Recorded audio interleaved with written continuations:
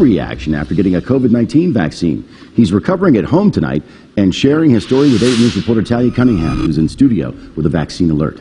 Talia? Hey, Juan, good evening. Well, Richard Terrell got the 1-dose Johnson & Johnson vaccine earlier on this month. Now, he suffered a severe rash that spread over his entire body and turned his skin red. As doctors tell me, a reaction of this magnitude is extremely rare. We do want to warn you at home that some of these images may be considered graphic.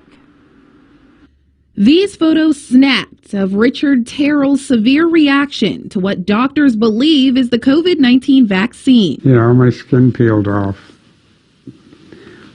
It's still coming off of my hand. The 74-year-old now on the road to recovery, relieved to breathe in the fresh air at his Goochland County home after spending 5 days at the VCU Medical Center. Gee, it just came on so fast. On March 6th, Terrell received the Johnson & Johnson vaccine in Ashland, but 4 days later, I began to feel a little discomfort in my armpit, and then I began to, a few days later, began to get an itchy rash.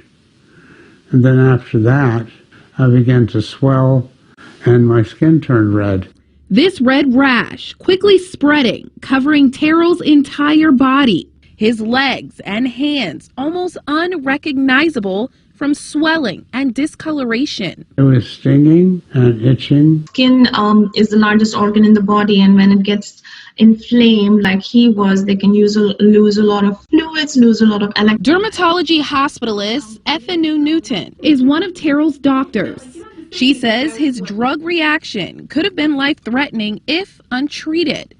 Through testing and process of elimination, we ruled out all the viral infections, we ruled out COVID itself, came to the conclusion that it was the vaccine that he had received that was the cause.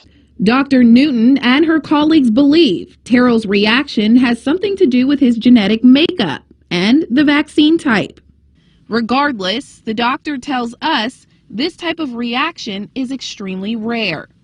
If you look at the risk of adverse reactions from the vaccine, it has been really, really low. Tonight, Terrell, I wouldn't hesitate to get it, and Dr. Newton are encouraging folks to get vaccinated and monitor their response. Now, I'm told his reaction has been reported to the CDC, and VCU doctors will be submitting the case to a medical journal this week. Terrell tells me he's still very weak, and it will take some time for him to fully recover, but he's still thankful he was vaccinated. Juan? All right.